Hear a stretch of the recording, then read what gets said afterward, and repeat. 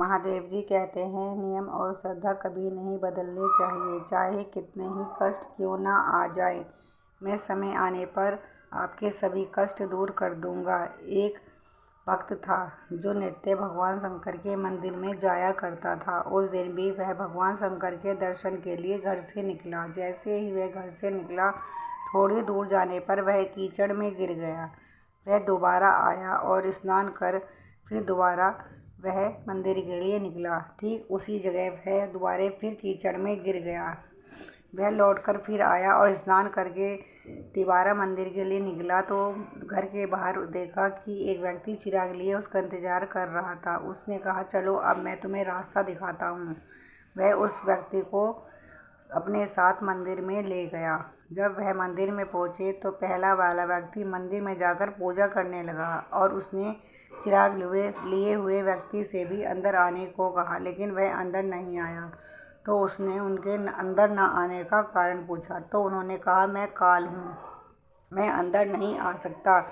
यह सोचकर उस व्यक्ति ने कुछ देर सोचने के बाद कहा, आप काल हैं? उसने कहा, हाँ, मुझे स्वयं तुम्हें रास्ता दिखाने के लिए भगवान महादेव ने भेजा है, क्योंकि जब आप पहली बार कीचड़ में गिरे लेकिन आपने अपना नियम नहीं बदला तो भगवान ने खुश होकर आपके सभी पाप दूर कर दिए। लेकिन जब आप दोबारा कीचड़ में गिरे फिर भी आपने अपने मन में भगवान के प्रति वैसा ही विश्वास और प्यार जताया और मंदिर के लिए निकले तो भगवान ने आपके परिवार वालों के सभी पाप मिटा दिए। इस बार मैं डर गया, कहीं मैंने तुम्हें इस बार कीचड़ में गिरा दिया तो कहीं तुम्हारे पड़ोसियों के पाप ना मिट जाए, इसलिए मैं स्वयं तुम्हारे साथ आया हूँ। तात्पर्य, यदि हम सच्चे हृदय से ईश्वर की पूजा आराधना करते हैं और अपने नियम को कभी नहीं बदलते, चाहे कितना ही हम व्यस्त क्यों ना हों, लेकिन हमें कभी ईश्वर को नहीं भूलना चाहिए, तो वो ईश्वर भी कभी हमारा साथ नहीं छोड़ता और मुसीबत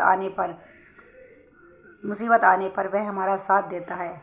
और जो व्यक्ति नित्य प्रति श्रद्धा से भगवान का स्मरण करता है तो उसके जीवन में कष्ट आते नहीं। जिस प्रकार रात के बाद सवेरा होता है, उसी प्रकार छोटे मोटे दुख से कभी घबराना नहीं चाहिए, क्योंकि ये भी कहा गया है कि भगवान अपने भक्तों की परीक्षा लेते हैं कि उन्हें उन पर विश्वास है या नहीं। इसलिए कभी ये ना सोचें कि यदि हमें दुख मिला है तो भगवान ने दिया है। हमें हमेशा ये सोचने चाहिए कि जो हमें सुख मिला है वो भगवान ने दिए हैं, लेकिन जो हमें दुख मिला है वो हमारे कर्मों का फल है।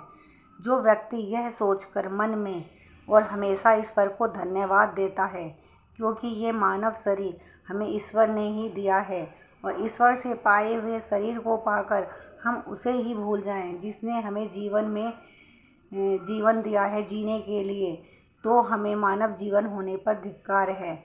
भगवान ने माता पिता को इस पृथ्वी पर भगवान का दर्जा दिया है, क्योंकि माता पिता के रूप में ही वह भगवान इस धरती पर हैं।